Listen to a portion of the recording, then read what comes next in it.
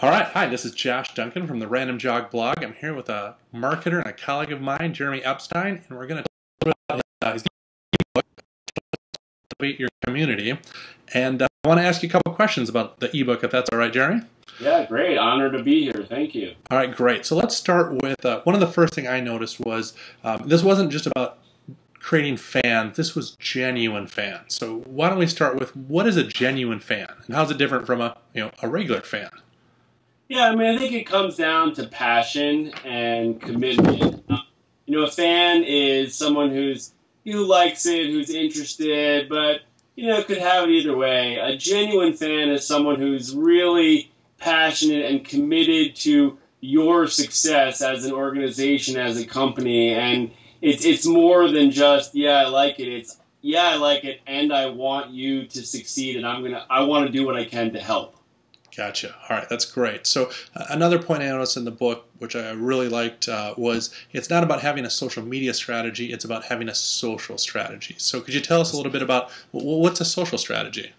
Sure. I mean, basically what's so interesting about this era we're living in is we're kind of coming back to a world that we left about 100 years ago before broadcast, and that was a social era. Everything was word of mouth and social networks. That's what it is today, and it's about relationships. Once again, it's about people connecting. It's about human interaction. So businesses have got to ignore the paradigm of the mass broadcast impersonal era and just say, look, I'm going to treat every person like a person, not a target, not a segment, but a person, and I'm going to respect their humanity, and every part of my business is going to be infused with this respect for the individual and the people with whom we're interacting. That's a social strategy. The tools are the social media. That's what we use to make that happen, but the social strategy is what's most important.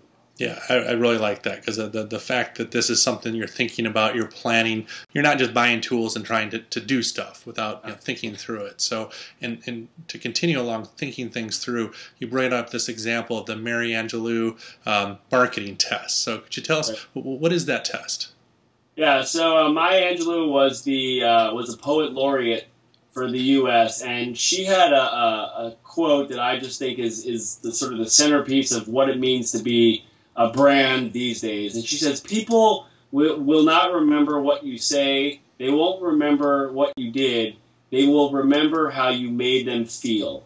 And this is, and you think about the experiences you have. If you get on an airplane and it's beautifully painted and it's clean, but they lose your luggage, they arrive late, and you sit on the tarmac for 2 hours, what are you going to remember about the experience? You're going to remember how they made you feel. Mm-hmm. And as organizations, as companies, as individuals, that's how people, we're all emotional beings. We walk away from our interactions with an emotional response. And so when organizations make us feel like they care about us, we feel connected, and we feel like we want to help, or we feel involved. And when they make us feel like they don't give a damn, then we say, screw you, I don't give a damn about you either. And that's really our guiding principle in this new social era.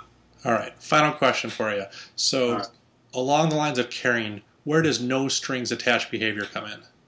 Yeah, so this is a tough one. It's basically doing things for your fans and your community without an expectation that they're going to do something in return. It's the same type of genuine desire that your community has to help you. You just need to have a genuine desire to help them without saying, how do I monetize them? How do I make a profit off them? If you do things for people because you genuinely care about them as people, you want to make them more educated. You want to help have them better informed.